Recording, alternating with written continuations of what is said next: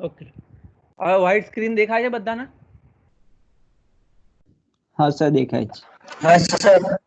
બરાબર ને? ચલો હવે માઇક બંધ કરી દેજો, આપણે ચાલુ કરીએ। લાસ્ટ લેક્ચરમાં આપણે જોયું હતું કે ભાઈ ફેઝમાં ને બે વેવફોર્મ ફેઝમાં છે અને ફેઝમાં નથી એવું ક્યારે કહી શકાય? બરાબર, તો આપણે એક વસ્તુ ખાલી જોઈ હતી કે ફેઝમાં છે એવું ક્યારે કહી શકાય। ક્યારે કહી શકાય બે વેવફોર્મ ફેઝમાં છે એવું?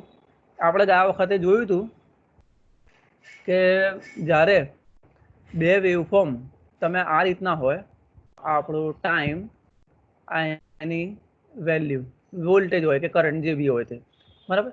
એક વેવફોર્મ આવું છે, આ એની મહત્તમ કિંમત છે કંઈક, બરાબર, Vm1, અને બીજું વેવફોર્મ આ રીતનું છે, આ એની મહત્તમ કિંમત છે Vm2। તો અહીંયાથી આપણે જોઈ શકીએ છીએ કે Vm1 અને Vm2 અલગ અલગ છે, કિંમતો સરખી નથી, is not equals to Vm2। પરંતુ આને ફેઝમાં છે એવું કેમ કહી શકીએ છીએ આપણે કે જ્યારે આ બંને વેવફોર્મ એક જ સાથે શૂન્યથી શરૂ થાય છે, પછી એની જે મહત્તમ કિંમત સુધી પહોંચવા માટે લાગતો જે સમય છે એ બી બંનેનો સરખો છે। જો આ ટાઈમે આ વેવફોર્મ બી મહત્તમ પર પહોંચે છે, આ વેવફોર્મ બી મહત્તમ પર પહોંચે છે, પછી પાછું જ્યારે ઝીરો થાય છે ને ત્યારે બી બંને સાથે જ ઝીરો થાય છે, પછી ઊંધી દિશામાં વધીને જ્યારે મહત્તમ થવાની વાત છે તો ત્યારે બી પાછા બંને હાથે જ આ જ ટાઈમે બંને મહત્તમ થાય છે, અને પાછું જ્યારે ઝીરો થવાની વાત છે તો ત્યારે પણ બંને સાથે જ ઝીરો થાય છે। તો ગયા સેશનમાં હું તમને વ્યાખ્યા કીધી હતી કે બે વેવફોર્મને આપણે ક્યારે કહી શકીએ કે આ ફેઝમાં છે, કે જ્યારે બંને વેવફોર્મ એક સાથે શૂન્ય તથા મહત્તમ થતા હોય તેવા વેવફોર્મને ફેઝમાં છે એવું કહી શકાય। શું કહેવાય? ફેઝમાં છે એવું કહી શકાય, બરાબર છે। આ આપણે ગયા વખતે આટલું જોયું હતું। એની કિંમતો અલગ અલગ હોઈ શકે, કિંમત અલગ હોઈ શકે પણ સમય સરખો હશે। કિંમત અલગ પણ સમય સરખો, ઝીરો અને મેક્સિમમે પહોંચવા માટે લાગતો સમય સરખો હશે, ભલે એની કિંમત અલગ અલગ હોય। આટલું ભાઈ બધાને ખબર પડી ગઈ? મેસેજ કરજો મને ખબર પડી ગયો હોય તો, હું કહેવા માંગુ છું તે।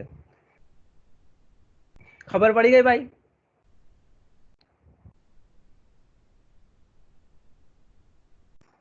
હાલો,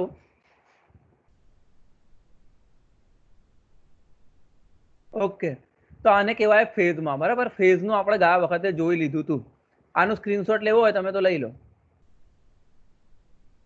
ભાઈ। પેલો 9082 નંબર ચાલુ, તારું માઇક ચાલુ રાખજે ને સ્ક્રીનશોટ જેવો લઈ લે એટલે મને કહેજે કે સાહેબ લઈ લીધો। તારું માઇક ચાલુ રાખજે તું 9008। हाँ सर લઈ લીધો સ્ક્રીનશોટ। ઓકે, બરાબર, તો હું આને પૂછું છું હવે આને સમીકરણ કેવી રીતે લખી શકાય? જ્યારે બે વેવફોર્મ ફેઝમાં હોય તો એના સમીકરણ કેવી રીતે લખવા એ તમે જોઈ લો। આ એક વેવફોર્મ, આ એની કિંમત છે Vm1, અને બીજું વેવફોર્મ જે થોડું નાનું છે પેલા કરતા, આમ, બરાબર, પણ ઝીરો અને મહત્તમ એક સાથે જ થાય છે, ભલે કિંમત અલગ અલગ છે, બરાબર। આ છે મારું Vm2, તો V1 ને લખી શકાય Vm1 sin of omega t, બરાબર, અને V2 ને લખી શકાય Vm2 sin of omega। આવી રીતે આ સમીકરણો લખી શકાય। જ્યારે બે વેવફોર્મ ફેઝમાં હશે ત્યારે એના સમીકરણ આવી રીતે લખાશે। અહીંયા આગળ પાછળ બીજું કંઈ હોય નહીં, બંનેમાં ઓમેગા ટી જ હશે, બરાબર। હું તમને ઉદાહરણ આપ્યું હતું કે ભાઈ આપણે અહીંયા CU થી વડોદરા જવા માટે એક જણો બાઇક ઉપર નીકળે છે, બરાબર। ધારો કે આ બાઇક છે એની પાસે, આ બાઇક, અને બીજો જણ નીકળે છે એક્ટિવા પર. તે બંનેની ગાડી તો અલગ અલગ છે, બરાબર, પણ જો બંનેની સ્પીડ સરખી હોય 80 કિલોમીટર/અવર, બંને એક જ સ્પીડથી ચાલતા હોય, બંને એક જ સ્પીડથી ચાલે તો શું કહી શકાય કે એ સરખા સમયમાં વડોદરા પહોંચશે. બરાબર, આ તો ખબર પડે ભાઈ તમને હું કહેવા માંગુ છું તે? हाँ सर. કે બંનેની બાઇક ભલે અલગ અલગ છે, એક જણો 4 વ્હીલર લઈને નીકળે કે પછી એક જણ બાઇક લઈને નીકળે, પણ જો બંને સરખી સ્પીડે જતા હોય રોડ ઉપર તો બંને એક જ સમયે પહોંચી જશે પોતાને જ્યાં પહોંચવાનું છે ત્યાં. ધારો કે છોટાઉદેપુરથી નીકળીને વડોદરા પહોંચવાનું છે, એક જણ બાઇક પર છે, એક જણ એક્ટિવા પર છે, એક જણ કાર ઉપર છે, કાર લઈને જાય છે, બરાબર. તો ત્રણની જો સ્પીડ સરખી હોય, બરાબર, તો એ લોકો પોતાના ડેસ્ટિનેશન પર એટલે વડોદરા પર પહોંચવા માટે લાગતો સમય બધાને સરખો હશે. એટલે આપણે એવું કહી શકીએ કે ગાડી ભલે અલગ છે, આની બાઇક છે, આની એક્ટિવા છે, કોઈની કને કાર છે, પણ બંને વડોદરામાં પહોંચવા માટે લાગતો સમય જે છે એ સરખો છે. એટલે એવું કહી શકાય કે આ બાઇક અને એક્ટિવા એકબીજાના ફેઝમાં છે, એવું કહી શકાય. કોઈ આગળ પાછળ નથી, બરાબર ને? એવું કહી શકાય ને, જ્યારે બંનેની સ્પીડ સરખી હોય તો કોઈ એક બીજાથી આગળ નહીં હોય ને કોઈ બીજાથી પાછળ નહીં હોય. ખબર પડી બધાને આટલું હું કહું છું તે? ખબર પડી ગઈ? हाँ सर. हाँ सर. ખબર પડી ને? આગળ પાછળ કશું નહીં હોય. જો બધાની સ્પીડ સરખી હશે તો પછી બધા એક જ લાઈનમાં ચાલતા હશે, આગળ પાછળ કશું નહીં હોય કોઈ બી. બરાબર, ખબર પડી ગઈ આટલું? हाँ सर. ઓકે, એટલે આ સમીકરણો યાદ રાખજો કે જ્યારે બંને આગળ પાછળ કશું ના હોય અને બંને ફેઝમાં હોય તો સમીકરણમાં ઓમેગા ટી સાથે બીજું કશું નહીં આવે, ખાલી આવું જ આવશે ઓમેગા ટી આ બંને માટે. અને આગળ તો મહત્તમ કિંમત જે છે એ આપણે ગુણેલી છે, જે આપણે તારવેલું જ છે આ સમીકરણ, બરાબર. V1 બરાબર Vm સાઇન્સ ઓમેગા ટી વાળું. આનો હું સ્ક્રીનશોટ લઈ લો.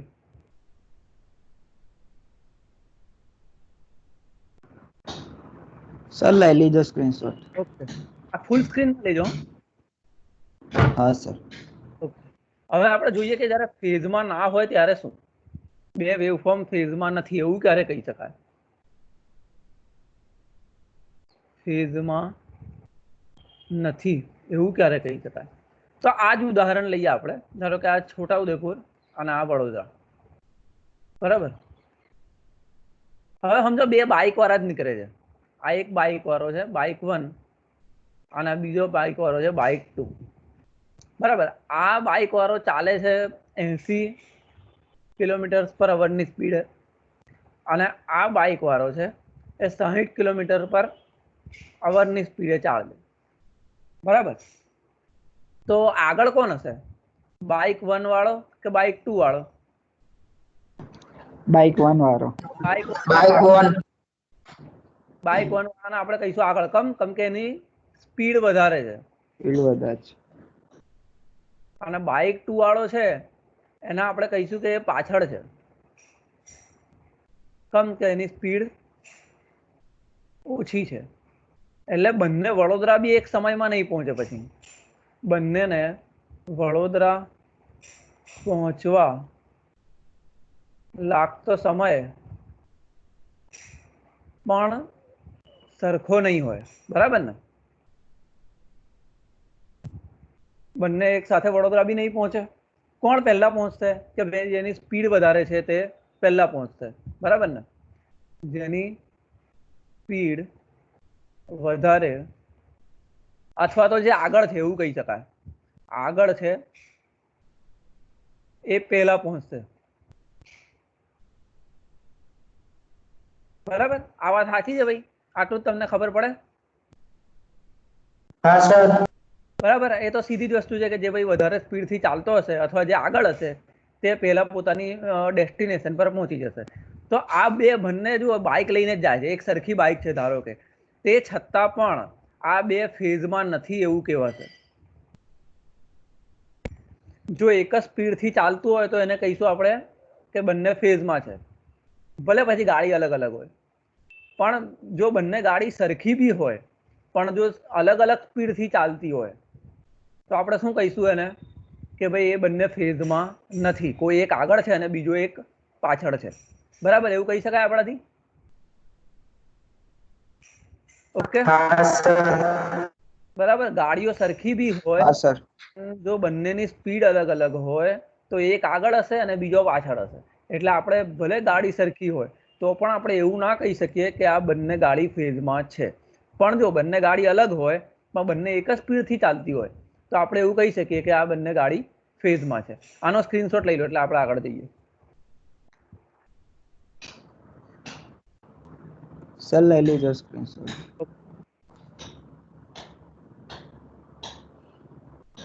બરાબર. તો હવે કેવી રીતે લખી શકીએ? ચાલો કે બાઇક 1 ની સ્પીડ લખવી છે મારે.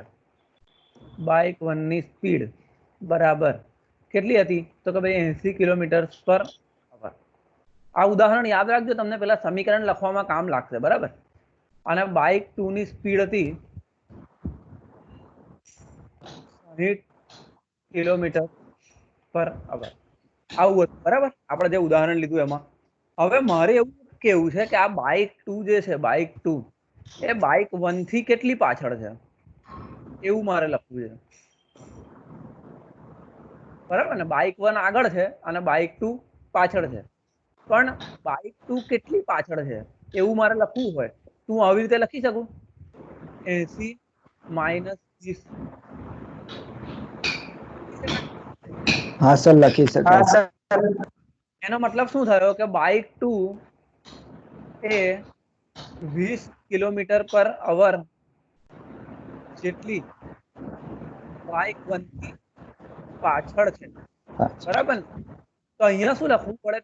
પહેલા બાઇક 1 ની સ્પીડ લખવી પડે. આ 80 છે તો કે ભાઈ બાઇક 1 ની સ્પીડ છે, પછી એમાંથી કેટલા ઓછા કરું તો મને બાઇક 2 ની સ્પીડ મળે એ તમને બાઇક 2 ની સ્પીડ આપે, બરાબર? ખબર પડી બધાને? ઓકે, ખબર પડી ગઈ? હા સર. ઓકે. હા સર. માઇકમાં અવાજ આવે છે, જરા બંધ કરજો. બરાબર છે? આ રીતે તમે લખી શકો કે બાઇક 2 કેટલી પાછળ છે. આનો સ્ક્રીનશોટ લઈ લો.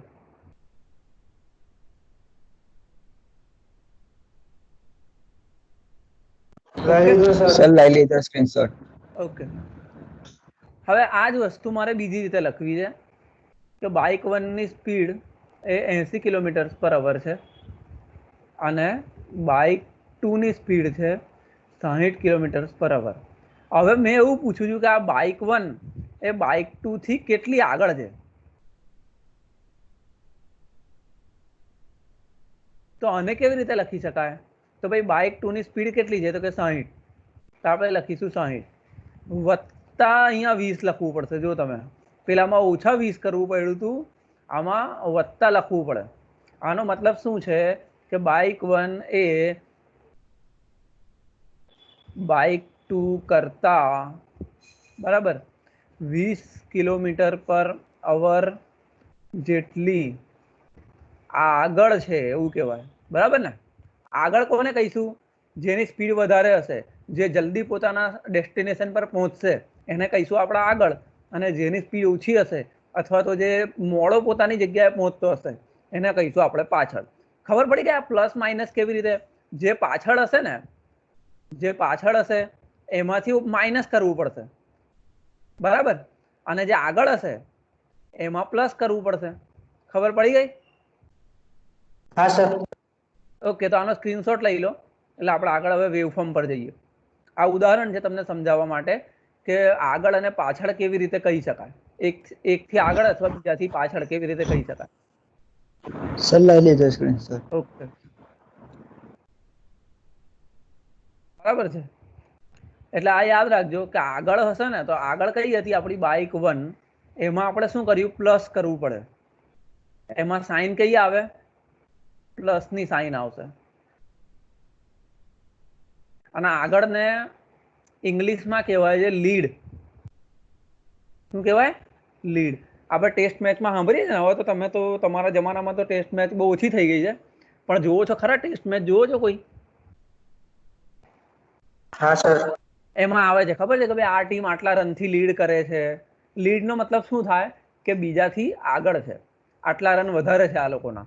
પેલા લોકોએ ધારો કે 300 કર્યા તો આના જવાબમાં બીજી ઇનિંગમાં રમતા આ લોકોએ 400 કર્યા, તો એવું કહી શકાય કે બીજી ટીમ એ પહેલી ટીમને 100 રનથી લીડ કરે છે, એવું કહી શકાય. બરાબર, આ તો તમને નોલેજ હશે એટલું તો, ટેસ્ટ મેચ જોતા હશો તો. અને જે પાછળ હોય ને, બાઇક 2 આપણી પાછળ હતી, તો એમાં આપણે શું કરવું પડ્યું હતું કે ભાઈ બાઇક 1 ની સ્પીડ 80 હતી, એમાંથી આપણે 20 બાદ કરીએ ને ત્યારે આપણને એની સ્પીડ મળતી હતી 60, યાદ હોય તો તમને. એટલે આમાં માઇનસની સાઇન આવે, માઇનસ. અને પાછળને ઇંગ્લિશમાં કહેવાય છે લેગ. બરાબર, એટલે તમારે આ બે શબ્દ યાદ રાખવાના, આગળ પાછળ અથવા તો લીડ લેગ. બરાબર, એટલું યાદ રાખવાનું. લીડમાં શું કરવું, જે આગળ હશે અથવા લીડ હશે એમાં પ્લસની સાઇન આવશે, અને જે પાછળ હશે લેગ હશે એમાં આપણે માઇનસની સાઇન કરવી પડશે. ખબર પડી ગઈ બધાને આટલું?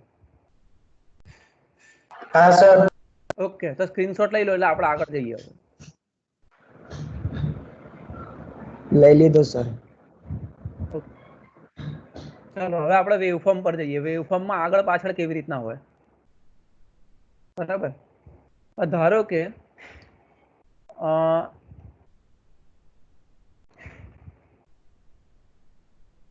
આ મારું એક વેવફોર્મ છે,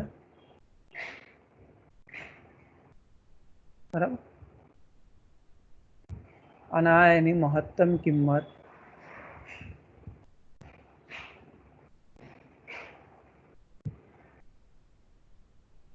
VM1. તો આને કેવી રીતે લખી શકાય? VM1 નું સૂત્ર, V1 નું સૂત્ર શું બનશે? V1 બરાબર, મેસેજ કરો શું સૂત્ર છે, કોમન સૂત્ર. V1 બરાબર, બોલો તો. V1 બરાબર VM1 sign sin omega. Omega.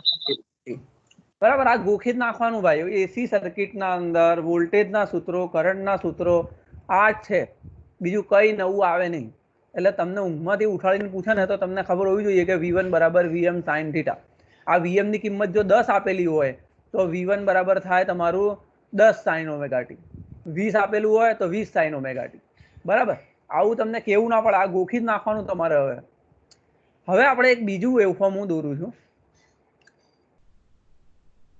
બીજું વેવફોર્મ જે થોડું અહીંથી ચાલુ થાય છે.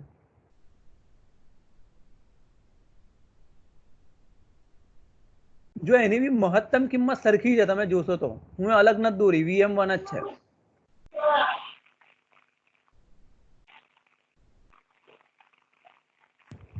બરાબર, એની બી મહત્તમ કિંમત તો VM1 જ છે, જોઈ લો તમે. પણ ફરક શું છે કે આ અહીંથી ચાલુ થયું ને 0 થી, એના થોડી વાર પછી, આટલા ટાઈમ પછી આ બીજું વેવફોર્મ ચાલુ થયું. બરાબર, એટલે તમે જુઓ આ વેવફોર્મ એક સાથે શૂન્ય થતા નથી. તમે જુઓ આ વેવફોર્મ ક્યાં શૂન્ય થાય છે, તો કે અહીં શૂન્ય થાય છે, અને આ વેવફોર્મ અહીં શૂન્ય થાય.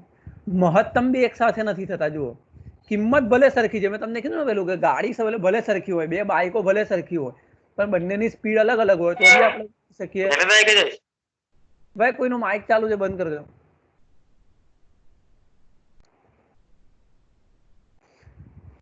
બે બાઇકો ભલે સરખી સરખી હોય પણ જો એની સ્પીડ અલગ હોય તો બી આપણે એને શું કહી શકીશું કે ભાઈ આ ફેઝમાં નથી. તો જેવું તમે આમાં જુઓ, આ વેવફોર્મ અહીં મહત્તમ થાય છે અને આ વેવફોર્મ અહીં મહત્તમ થાય છે. બંનેનો સમય અલગ અલગ છે મહત્તમ થવા માટે લાગતો. બરાબર, 0 બી અલગ અલગ થાય છે. પાછા ઊંધી દિશામાં બી મહત્તમ અલગ અલગ થાય છે, જુઓ તમે. અને 0 બી પાછા અલગ અલગ થાય જો. બરાબર, એટલે એક સાથે શૂન્ય થતા નથી અને એક સાથે મહત્તમ પણ થતા નથી. એટલે એવું શું કહી શકાય બીજી ભાષામાં કે બંનેની સ્પીડ અલગ અલગ છે. જેવું આપણે બાઇકનું ઉદાહરણ જોયું હતું એવું. ખબર પડી ગયા? આ તો તમારા ઉદાહરણ પૂરતું છે, સ્પીડ અલગ અલગ છે. તમારે યાદ રાખવાની આ વ્યાખ્યા કે એક સાથે શૂન્ય થતા નથી અને એક સાથે મહત્તમ પણ થતા નથી. તો એવા વેવફોર્મને આપણે કહીશું કે આ વેવફોર્મ ફેઝમાં નથી, ફેઝમાં નથી એવું આપણે કહી શકીએ આ વેવફોર્મને. હવે આના સૂત્રો કેવી રીતે લખવા? પેલા કેસમાં કેવી રીતે લખતા હતા? આપણે ધારો કે V1 લખી દીધું એટલે બાઇક 1 ની સ્પીડ લખી દીધી 80, બરાબર, અને બાઇક 2 જો 60 હોય એનો મતલબ કે બાઇક 1 આગળ છે, બાઇક 2 પાછળ. તો આ 60 ને આપણે કેવી રીતે લખતા હતા? તો કે ભાઈ 80 માઇનસ 20. આ યાદ હોય તો તમને, બરાબર, ખબર છે ને? આ તો આપણે હમણાં કર્યું છે. હા સર. ઓકે, હવે મેં જોયું કે ધારો કે આ ખૂણો જે છે એ થીટા છે, કે થીટા ખૂણા પછી આ વેવફોર્મ ચાલુ થાય છે. એટલે શું કહી શકાય? આમાંથી આગળ કયું દેખાય છે તમને? આ છે ધારો કે V1 અને આ છે V2, બરાબર. આપણું ડેસ્ટિનેશન છે સાયકલ પૂર્ણ કરવી, તો આની સાયકલ અહીં પૂર્ણ થાય છે, આ પહેલા V1 ની, એટલે આ T1 છે, અને આની સાયકલ અહીં પૂર્ણ થાય છે. જો તો કયો ટાઈમ વધારે છે, T1 કે T2? T2. T2 વધારે છે. એનો મતલબ શું કહી શકીએ આપણે કે જે બીજા વેવફોર્મ છે V2 એને વધારે સમય લાગે છે સાયકલ પૂર્ણ કરતા, બરાબર ને? કેમ કે T2 એ T1 થી મોટો છે, એટલે પહેલા છે ને V1 પોતાની સાયકલ પૂર્ણ કરી દે છે, પછી V2 નો નંબર આવે છે. એટલે પહેલા બાઇક 1 વાળો વડોદરા પહોંચી જાય છે, પેલું 80 ની ઝડપ વાળો, પછી 60 ની ઝડપ વાળો પહોંચે છે. એ જ લોજિક અહીંયા લગાવો ને. હવે મને કહો આમાંથી આગળ કયો, V1 કે V2? V2. V2 ક્યાંથી આગળ કહેવાય ભાઈ? સમય કોને V1 વધારે સર. લાગે? મારી વાત V2 સાંભળો, ને તમે બે V2 વસ્તુને ને મિક્સ સમય કરો વધારે. છો, બે વસ્તુને મિક્સ કરો છો. જે વધારે સ્પીડ વાળો હશે ને એને ઓછો સમય લાગશે વડોદરા પહોંચતા. તમે એ તો સમજ્યો છે ને વસ્તુ, કે એક વ્યક્તિ 80 ની સ્પીડ પર ગાડી ચલાવે, એક વ્યક્તિ 40 ની સ્પીડ પર ગાડી ચલાવે, તો કોણ પહેલા વડોદરા પહોંચશે? 80 વાળો. 80 વાળો તમને એવું સમજો 1.5 કલાકમાં વડોદરા પહોંચી જશે, અને 40 ની સ્પીડ વાળાને 2 કલાક 2.5 કલાક લાગશે, 3 કલાક બી લાગે, બરાબર. તો સમય કોને વધારે લાગશે? વધારે સ્પીડ વાળાને કે ઓછી સ્પીડ વાળાને? ઓછી સ્પીડ વાળા. ઓછી સ્પીડ વાળાને. એ તો સીધી વસ્તુ છે. તો આમાં આપણે જોઈએ છે કે સમય કોને વધારે લાગે છે, કે V1 ને કે V2 ને? V2 ને સમય વધારે લાગે V2 છે. ને સમય વધારે લાગે છે. તો સીધી વસ્તુ છે કે જેને સમય વધારે લાગે એની સ્પીડ કેવી કહેવાય? ઓછી. ઓછી કહેવાય. તો હવે આગળ કોણ કહેવાશે? V1. V1 ને આપણે કહીશું V1 છે આગળ. આ યાદ રાખવાનું, સમય પરથી તમે નક્કી કરી શકો કોણ આગળ છે કોણ પાછળ છે. બંનેની સાયકલ ક્યાં પૂર્ણ થાય છે તે જોવાની, T1 ને T2, બરાબર. જેનો સમય વધારે હોય એને આપણે કહીશું પાછળ છે, જેનો સમય ઓછો હોય એને આપણે કહીશું આગળ છે. એટલે V1 આપણું આગળ છે અને V2 પાછળ છે એવું કહી શકાય. એટલે V2 કેટલું પાછળ છે? તો આપણે આ ખૂણો લખ્યો અહીંયા, થીટા જેટલો પાછળ છે. આ મને ખબર નથી, દાખલામાં તો તમને ખૂણો આપેલો હશે કે ભાઈ 30 ડિગ્રી પાછળ છે, કે 40 ડિગ્રી પાછળ છે, કે 50 ડિગ્રી પાછળ છે. દાખલો જ્યારે આપણે કરીશું ને તો તમને ખૂણો આપેલો હશે કે ભાઈ આ કેટલો આગળ છે કેટલો પાછળ છે, બરાબર. હમણાં મને નથી ખબર એટલે હું લખું છું થીટા જેટલો. તો હવે મારે V2 નું સમીકરણ લખવું હોય તો કેવી રીતે લખી શકાય એ તમે જુઓ. V2 is Vm2 sin of omega t. જે પાછળ હોય એમાં શું કરવું પડે છે, માઇનસ કે પ્લસ? જેની સ્પીડ ઓછી હોય એમાં માઇનસ. માઇનસ કરવું પડે. અહીંયા જો ઉદાહરણ લખ્યું છે હું, બાઇક 2 આપણી પાછળ હતી, બરાબર, તો 80 માઇનસ 20 કરવું પડ્યું મારે. એટલે અહીંયા આની સ્પીડ ઓમેગા ટી છે, તો આની સ્પીડ આપણે લખવાનું ઓમેગા ટી માઇનસ થીટા. આ રીતે તમે સમીકરણ લખી શકો. ખબર પડી બધાને ભાઈ? હા સર, પડી ગઈ. ઓકે. આપણે પેલું ઉદાહરણ યાદ રાખવાનું, બે બાઇકોનું, એક આગળ છે એક પાછળ છે. જે પાછળ છે એમાં માઇનસ કરવું પડે, જે આગળ છે એમાં પ્લસ કરવું પડે.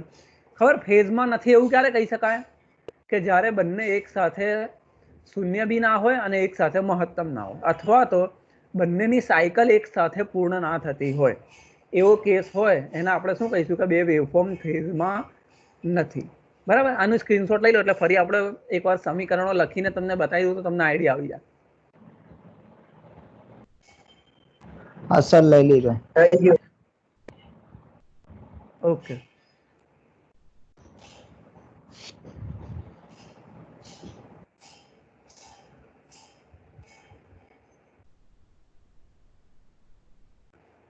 એટલે આ જો આપણે ફેઝમાં નથીના સમીકરણો ફરી લખીને બતાવું છું જેથી તમને ભૂલ ના પડે. યાદ રાખી લેજો. આ એક વેવફોર્મ મારું, બરાબર. આની એક સાયકલ પૂર્ણ થઈ ગઈ, 0 + 0 - 0. એટલે આને શું કહેવાય કે ભાઈ એક સાયકલ પૂર્ણ થઈ ગઈ. આને લાગતો સમય છે મારો t1. હવે બીજું વેવફોર્મ અહીં થોડો ખૂણો છોડીને ચાલુ થાય છે. ધારો કે આ ખૂણો છે થીટા. આ એની કિંમત છે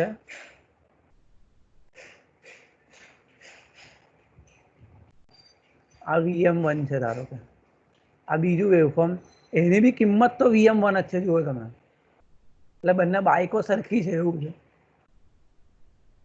તો આની સાયકલ ક્યાં પૂર્ણ થાય છે? આ 0 + 0 - 0. એટલે આની સાયકલ અહીં પૂર્ણ થાય છે. એટલે આને જે સાયકલ છે એના માટે લાગતો સમય કેટલો છે? તો કે t2 છે. એટલે આના ઉપરથી આપણે શું કહી શકીશું? કોણ આગળ છે ને કોણ પાછળ? કોણ આગળ કોણ પાછળ? V1 આગળ છે અને V2 પાછળ છે. ઓકે. V1 ની સ્પીડ વધારે છે, V1 આગળ. V2 ની સ્પીડ ઓછી છે એટલે V2 પાછળ. એટલે એક સમીકરણ તો આપણે આવી રીતે લખી શકીએ કે V1 = Vm1 sin of ωt. આવું હોય તો V2 ને મારે પાછળ દર્શાવવું હોય તો હું શું લખીશ? આની કિંમત બી Vm1 જ છે, બરાબર. sin of ωt માંથી કેટલું બાદ કરું કે ઉમેરું? માઇનસ કરવું પડશે, -θ કરવો પડશે. એક તો આ રીતે તમે સમીકરણ લખી શકો. આમાં શું કહી શકાય કે V2 એ V1 કરતા આ થીટા જેટલો પાછળ છે. કેટલો? થીટા જેટલો. થીટા જેટલો. પેલામાં શું કહીશું કે પેલાની 80 હતી તો આપણે પેલામાં શું લખ્યું? 80 - 20. -20. બાઇક 2 એ બાઇક 1 કરતા 20 ની સ્પીડ થી પાછળ છે એવું કહી શકતા હતા આપણે, બરાબર. એવું આમાં V2 એ V1 કરતા થીટા ખૂણે પાછળ છે. અથવા હવે મારે એવું કેવું હોય કે V1 આગળ છે, બરાબર ને? V1 આગળ છે એવું બી કહી શકાય ને. એટલે આપણે આવું કહેતા હતા કે બાઇક 2 ની જો સ્પીડ 60 હોય તો બાઇક 1 ની સ્પીડ શું લખવું? 60 + 20. એટલે મેં એવું કહેતો હતો કે બાઇક 1 એ બાઇક 2 કરતા 20 ની ઝડપ આગળ છે. તો એવું લખવું તો શું લખાય? T2 ને આપણે લખી દઈશું sin of ωt, બરાબર. અને V1 ને શું લખી શકાશે? V1 = Vm1 sin of ωt plus theta લખવું પડશે હવે આપણે, કેમ કે એ આગળ છે. એટલે આ રીતે તમે આગળ પાછળ તમને આઈડિયા આવી જાય કેવી રીતે આગળ જોવાનું કે ભાઈ સાયકલ ક્યાં પૂર્ણ થાય છે. સાયકલ ખબર પડે ને કે પહેલા 0 હોય, મહત્તમ થઈ જાય, પાછું 0 થાય, ઊંધી દિશામાં મહત્તમ થાય, પાછું 0 થઈ જાય, ત્યારે એક સાયકલ પૂર્ણ થાય. એટલે બધાની સાયકલ ક્યાં પૂર્ણ થાય છે જોઈ લેવાની, બરાબર. અને જેને સમય વધારે લાગે એને પાછળ ગણી લેવાનું, જેને સમય ઓછો લાગે એને આગળ ગણી લેવાનું. ઓકે ઓકે ભાઈ, બધાને ખબર પડી ગયા?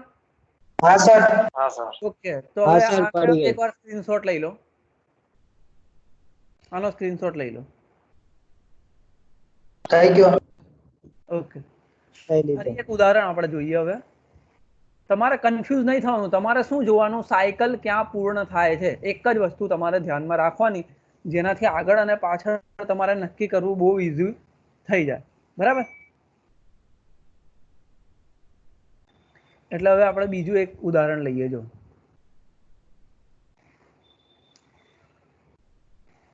આ બધા વેવફોર્મ તમને દેખાય કેવો ને CRO પર બતાવીશું. હા કે તમને એવું લાગે કે આ ખાલી દોરીએ છે પણ આવું દેખાય ખરેખર જ્યારે આપણા ઘરે સપ્લાય આવે છે ને, જે આપણા ઘરના સપ્લાયને જે ઇક્વિપમેન્ટ આવે છે એને કહેવાય છે CRO. CROમાં જ્યારે આપીએ ને એની ચેનલ પર તો તમે જોઈ શકો કે ભાઈ આ સાઇન વેવ છે ખરેખરમાં. આગળ પાછળ બી તમે જોઈ શકો. બે વેવફોર્મ એક સાથે આપીએ ને જ્યારે આપણે, તો જો બંને આગળ પાછળ હોય ને વેવફોર્મ કોઈ કારણસર, એ કારણ કયા છે આપણે આગળના ચેપ્ટરોમાં જોઈશું કે ક્યારે વેવફોર્મ એકબીજાથી આગળ પાછળ જાય છે, બરાબર. એ આપણે જોઈશું કેવી રીતે જાય છે. પણ જ્યારે બે વેવફોર્મ એક સાથે આપણે આપીએ ને સીઆરઓમાં, બરાબર, તો એ તમને આગળ પાછળ બી બતાવે કયું વેવફોર્મ આગળ છે ને કયું પાછળ. એવા બી મશીન આવે છે જેનાથી તમે જોઈ શકો વેવફોર્મને આગળ પાછળ, બરાબર. હવે તમે જુઓ કે આ આપણો એક વેવફોર્મ છે,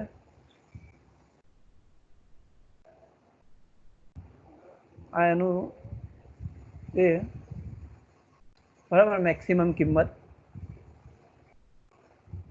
જેને આપણે કહીએ છીએ VM1 અને આ ઊંધી દિશામાં -VM1, બરાબર. આની સાયકલ ક્યાં પૂર્ણ થાય છે? હું નંબર લખું છું, મને નંબર બતાવજો. 1 2 3. આ વેવફોર્મની સાયકલ ક્યાં પૂર્ણ થાય છે? બધા મેસેજ કરો. નંબર 2 માં. મેસેજ કરો, નંબર મેસેજ. બધા મેસેજ કરો. કોઈ માઇકમાં નહીં લખો, બધા મેસેજ કરો મને. બધા જેટલા હાજર છે એ બધા મેસેજ કરો. જો આ બધો રેકોર્ડ થાય છે, હા ભાઈ, તમે કરતા નથી એનો મતલબ કે અમને ખબર પડે છે આમાં જેટલા લોકો હાજર હોય ને અને કોણ શું કરે છે એ બધી જ એક્ટિવિટી આમાં નોંધાય છે ટીમમાં, બરાબર.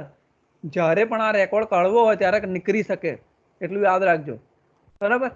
એટલે તમને એવું થતું હોય કે સાહેબ કે કરે છે, પણ તમારે જોવું હોય ને તો આ રેકોર્ડેડ લેક્ચર હું તમને મોકલાવીશ લિંક, તમે જોજો એક એક વસ્તુ રેકોર્ડ થાય છે અંદર, બરાબર. એટલે કેવી રીતે જોવાની સાયકલ? તો ભાઈ 0 હોય, 0 થી વધે, વધીને મહત્તમ થાય, પાછું ઘટીને 0 થાય, પછી બીજી દિશામાં વધે, બીજી દિશામાં મહત્તમ થાય, પાછું ઘટે ને પાછું 0 થાય. આવી વસ્તુ હોય એને એક સાયકલ કહેવાય. તો આને એક સાયકલ પૂર્ણ કરવા માટે લાગતો સમય છે મારો T1, બરાબર. આટલો સમય લાગે છે. હવે બીજું એક વેવફોર્મ આવું છે, જુઓ તો.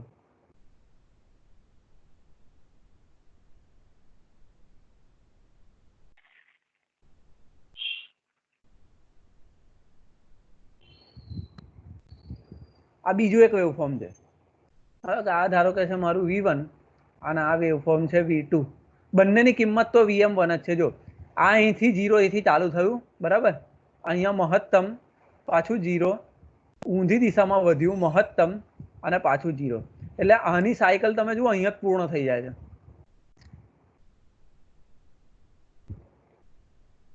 એટલે આને જે લાગતો સમય છે ને એ છે મારો T2. હવે આમાંથી કોને વધારે સમય લાગે છે? સમયનું માપન હશે, બરાબર. એટલું યાદ રાખજો, સમયનું માપન હંમેશા આ એક્સિસ થી હશે જે આપણે દોરી છે 0. એટલે આ જે પહેલું છે V1 એને લાગતો સમય આ રહ્યો T1, બરાબર. અને આ બીજું વેવફોર્મ છે એને સાયકલ પૂર્ણ કરવા માટે લાગતો સમય T2 છે. વધારે કયો છે બેમાંથી, T1 કે T2? V1. સમય કયો વધારે છે, T1 કે T2? T1 T1 વધારે છે ભાઈ, T1 વધારે છે. માપણ તમે જુઓ ને, આ T2 આટલો જ છે. માપણ હંમેશા 0 ની એક્સિસ થી કરવાનું આપણે, બરાબર. અને આ તમારો T1 છે. તો આ જોઈને જ ખબર પડે છે કે T2 એ T1 કરતા ઓછો છે ને. ખબર પડે કે નહીં? T2 ઓછો છે કે T1 ઓછો છે? ઓછો કયો છે? T2 ઓછો છે. T2 ઓછો છે અને T1 વધારે છે, બરાબર. એટલે જેનો સમય ઓછો હોય એને આપણે શું કહીએ છીએ, આગળ કે પાછળ? પાછળ. ઓછો સમય યાદ કરો. વધારે સ્પીડ વાળાને ઓછો સમય લાગે. ઓછો હોય તો આગળ, ઓછો હોય તો આગળ. તમે ઊંધું લોજિક લગાવો છો. ઓછો હોય તો પાછળ એવું ના કહી શકાય. તમે આપણે પેલું બાઇક વાળું ઉદાહરણ તમારા મગજમાં રાખો કે ભાઈ જેની સ્પીડ વધારે હશે ને એ ઓછા સમયમાં પોતાની જગ્યાએ પહોંચી જશે. એટલે જેની સ્પીડ વધારે હોય તે આગળ હોવાનો હોય, તો સીધી વસ્તુ છે. એટલું યાદ રાખવાનું, જેને સમય ઓછો લાગે ને એ આગળ હોય, આગળ. આપણે તમે બાઇકનું ઉદાહરણ દિમાગમાં રાખશો ને એટલે તમને આ ફરી વિચારવાની જરૂર જ નહીં પડે.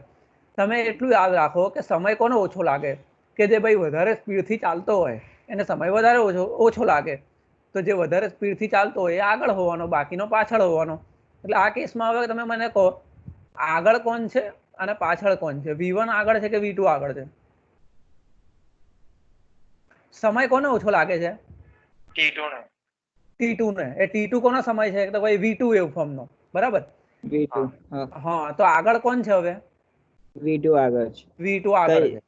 V2 V2 આગળ છે અને V1 પાછળ છે. પાછળ છે. એટલે આગળ અને પાછળ ઓળખવાની એક જ રીત છે, એની સાયકલ ક્યાં પૂર્ણ થાય છે તે જુઓ, બરાબર? અને 0 થી પછી સમયનું માપન કરો. જેને સમય ઓછો લાગે, આ ગોખી નાખો તમે, જેને સમય ઓછો લાગે એને આપણે કહીશું કે એ આગળ છે. જેને સમય ઓછો લાગે એને આપણે કહીશું કે આગળ છે. બાઇકનું ઉદાહરણ મગજમાં રાખો કે જેની સ્પીડ વધારે ઓછી હશે એને ઓછો સમય લાગશે, અને જેની સ્પીડ વધારે હશે એ બીજા કરતા આગળ હશે અને બીજો એના કરતા પાછળ હશે. બરાબર, ખબર પડી ગઈ? ઓકે, હા સર. આનો સ્ક્રીનશોટ હા લઈ લો.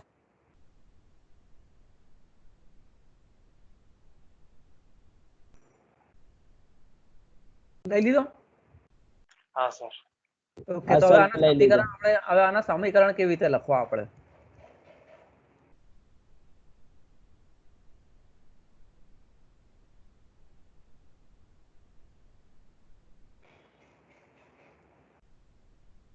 ધારો કે આ ખૂણો છે, મને આપેલો છે 40 ડિગ્રી છે આ ખૂણો.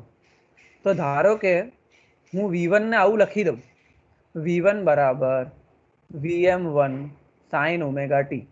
એટલે V1 ની સ્પીડ, V2 હમણાં આગળ છે, બરાબર ને? V2 હમણાં આગળ છે. એટલે ધારો કે એકની સ્પીડ છે 80 અને બીજાની સ્પીડ છે 60. તો V1 મેં લખી દીધો 80, તો બીજાને લખાશે 80 - 20, બરાબર? પણ આપણા કેસમાં હમણાં ઊંધું છે, બીજાની સ્પીડ વધારે છે. એટલે B1 ની સ્પીડ ધારો કે છે 50 અને B2 ની છે 70, બરાબર? તો B1 ને લખું 50, તો B2 ને કેવી રીતે લખાશે? 50 + 20 આવું લખાશે. હા ઓકે, સર. હા સર તો હમણાં V1 ને મેં લખી દીધો Vm1 sin ઓમેગા t. તો V2 મારો આગળ છે, બરાબર ને? V2 મારો આગળ છે, તો Vm1 અને sin શું લખાશે? ઓમેગા t જોડે શું લખાશે? ઓમેગા ટી આગળ પ્લસ છે થીટા V2 પ્લસ થીટા, પણ પ્લસ થીટા આપણને આપેલો કે છે 40 ડિગ્રી.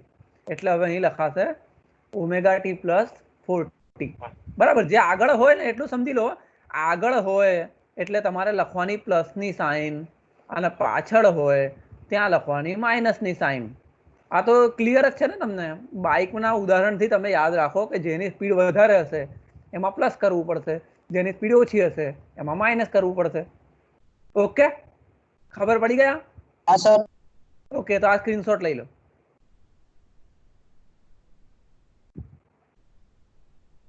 હા સર લઈ લીધો. ઓકે, હવે એ જ વસ્તુ મારે બીજી રીતે લખવી હોય કે V1 પાછળ છે એવું બતાવવું છે મારે.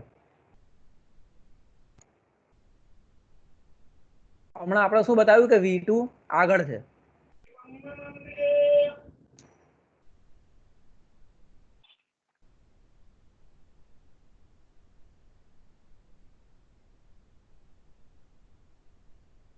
ઓકે,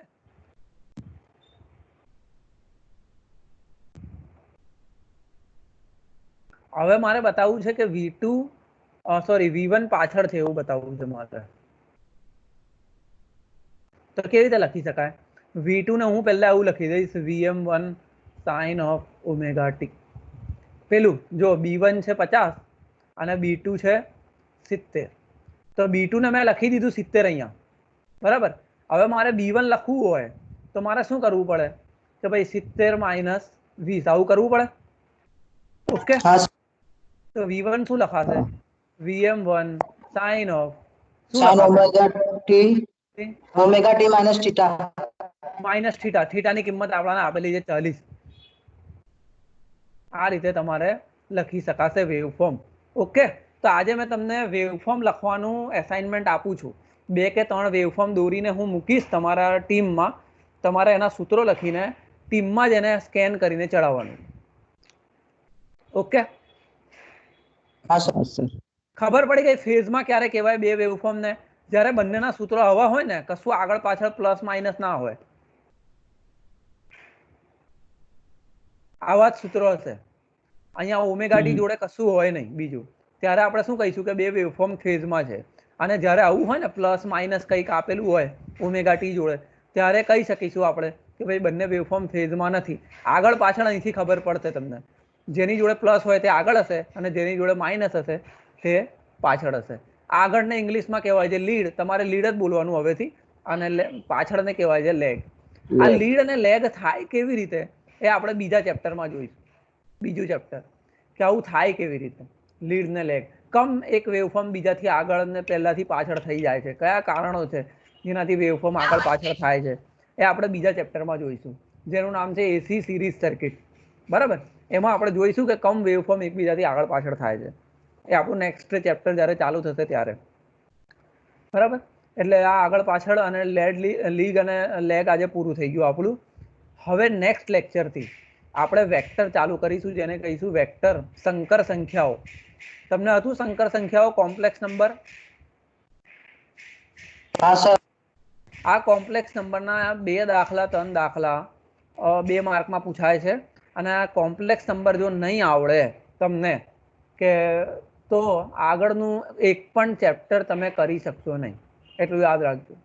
કોમ્પ્લેક્સ નંબર નહીં આવડે તો આગળનું એક પણ ચેપ્ટર તમે કરી શકો નહીં. એટલે આગળના હવે 2 લેક્ચર 3 લેક્ચર આપણે કોમ્પ્લેક્સ નંબર ચલાવીશું. તે છતાં બી તમે તમારી ચોપડીમાં એક વખત જોઈ લેજો. કોમ્પ્લેક્સ નંબરને દર્શાવવાની 2 રીતો કઈ છે, પોલાર ફોર્મ અને રેક્ટેન્ગ્યુલર ફોર્મ. આ તમે જોઈ લેજો તમારી ચોપડીમાં. હું ચલાવીશ, ના નથી કહેતો, તો તમે એક વખતે તમારા અંદર બી જોઈ લેજો. એટલે નેક્સ્ટ લેક્ચરથી હવે આપણે એ ચાલુ કરીશું. બહુ ઇમ્પોર્ટન્ટ ટોપિક છે, એ જ તમને વધારે લેક્ચરમાં પરીક્ષામાં પૂછાય છે. એનાથી જ બધા દાખલા સોલ્વ કરવાના છે, એનાથી જ એસી સિરીઝ સર્કિટ સોલ્વ કરવાની છે. કોમ્પ્લેક્સ નંબર વગર એસી સર્કિટ તમને નહીં આવડે. બરાબર, એટલે તમારી પાસે મેથ્સની બુક હોય તો એકવાર જોઈ લેજો. બરાબર, હવે આપણું પ્રેક્ટિકલ જે છે પહેલું એ સીઆરઓ વાળું છે. આ વેવફોર્મ સીઆરઓ પર કેવી રીતે જોવા અને કેવી રીતે વેવફોર્મનું માપન કરવું, એની મેક્સિમમ કિંમત કેવી રીતે માપવી, આ બધું આપણે પહેલું પ્રેક્ટિકલ છે. હું બધાને શેર કરી દીધેલું છે પહેલું પ્રેક્ટિકલની એ શું કહેવાય આપણી એ પ્રેક્ટિકલ શેર કરી દીધો છે પીડીએફમાં. બરાબર છે, તો બધા એક વખત જોઈ લેજો. આપણે નેક્સ્ટ લેબ હવે જ્યારે આવશે બધાની, ત્યારે સીઆરઓ વાળો પ્રેક્ટિકલ કરવાનો છે. બરાબર, લેબમાં. એટલે બધાએ હાજરી આપવાની ફરજિયાત છે. અને પછી બીજા પ્રેક્ટિકલ આપણે કરીશું અહીંયા. આ એક સોફ્ટવેર છે જેને કહેવાય છે મલ્ટીસિમ. મલ્ટીસિમનો ઉપયોગ કરીને આપણે બધા પ્રેક્ટિકલ કરવાના છે. આરએલ આરસી સર્કિટ, બરાબર, પછી સીઆરઓનો ઉપયોગ શું, આ બધું જાત જાતનું આમાં આવે છે. બરાબર, સીઆરઓ કેવી રીતે વાપરવું એ બધું આપણે જ્યારે આવશે આગળ પ્રેક્ટિકલ કરવાનું થશે ત્યારે આપણે જોઈશું. ઓકે, આ મલ્ટીસિમ કરીને સોફ્ટવેર છે. બધા જોઈ લેજો એક વખત તમારી એના ઉપર લેપટોપ પર, કે જેની પાસે નથી લેપટોપ એ મોબાઈલ પર જોઈ લેજો. એ તો નહીં બી હોય તો આપણે જ્યારે પ્રેક્ટિકલ કરીશું ત્યારે હું બતાવીશ જ એવું છે બધાને કેવી રીતના આનો ઉપયોગ કરવો. આ તમારા ચોથા સેમેસ્ટરમાં બી આવશે. કેડ સબ્જેક્ટ કરીને આવે છે કોમ્પ્યુટર એપ્લિકેશનનો, તો એમાં બી તમારા સિલેબસમાં છે મલ્ટીસિમ. એટલે તમે જોઈ લેશો હમણાંથી તો સારું પડશે. બરાબર, હવે બીજું મેં એવું કહેતો હતો કે હું તમને બધાને એક ફીડબેક મોકલાવું છું ઓનલાઈન ટીચિંગ માટેનો. ઓનલાઈન ટીચિંગ માટેનો એક ફીડબેક હું મોકલાવું છું બધાને, જેમાં તમને ઓનલાઈન ટીચિંગમાં પડતી